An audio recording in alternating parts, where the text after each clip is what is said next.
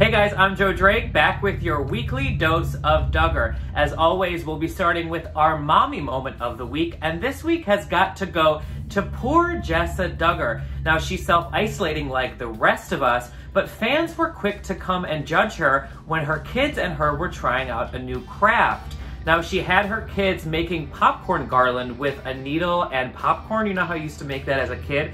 But fans were quick to jump on her, saying that A, needles were dangerous around kids, and B, popcorn isn't really a safe snack.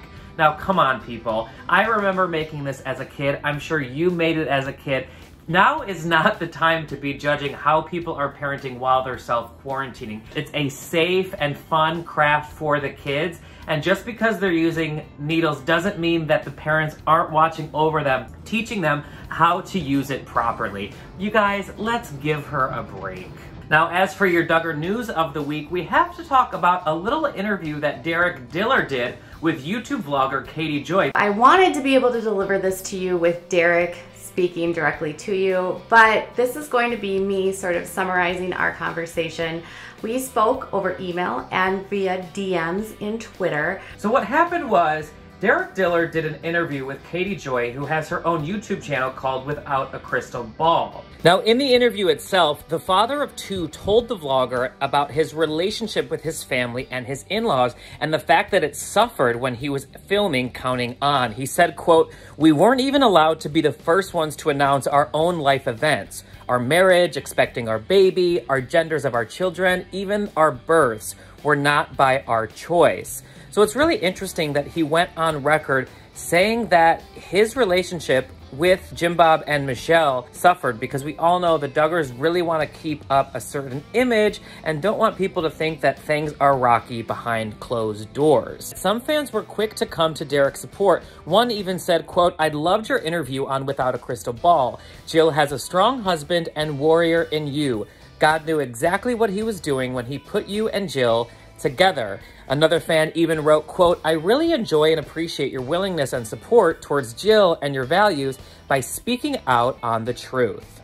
And perhaps you guys heard of another interview that another Duggar family member did with the same YouTube vlogger, Katie Joy, and that is our friend Amy Duggar King. Now, on March 25th, the Counting On star chatted with YouTube vlogger Katie Joy on her channel Without a Crystal Ball, and she also talked candidly about what it was like growing up as a Duggar, and specifically talking about how her life was pretty different from her conservative cousins.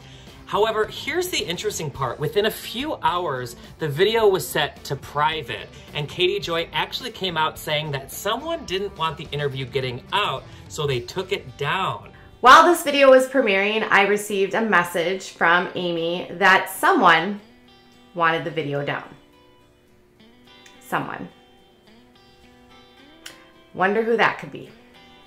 It is really interesting to me that someone wanted to take Amy's interview down, but not Derick's. Derick was a little bit harsher with his honest criticism of his experience filming the show, whereas Amy has always talked openly about how her life has been a little different from some of her conservative cousins. And that brings us to our rumor mill of the week, and we want to get you guys involved. Who do you think wanted Amy Duggar King's interview taken down? Now, I have three guesses. One, it could be production or the powers that be at TLC. Now, the family all have signed contracts to be a part of this reality TV series, so maybe talking poorly about each other is not the wisest decision for the network.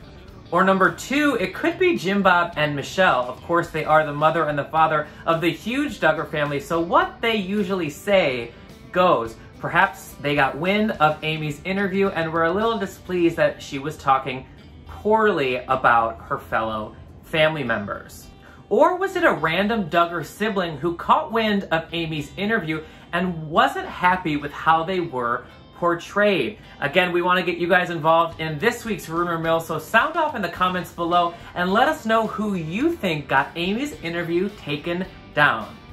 That's it for another weekly dose of Duggar. Remember to stay inside, stay healthy, and we'll see you guys next week.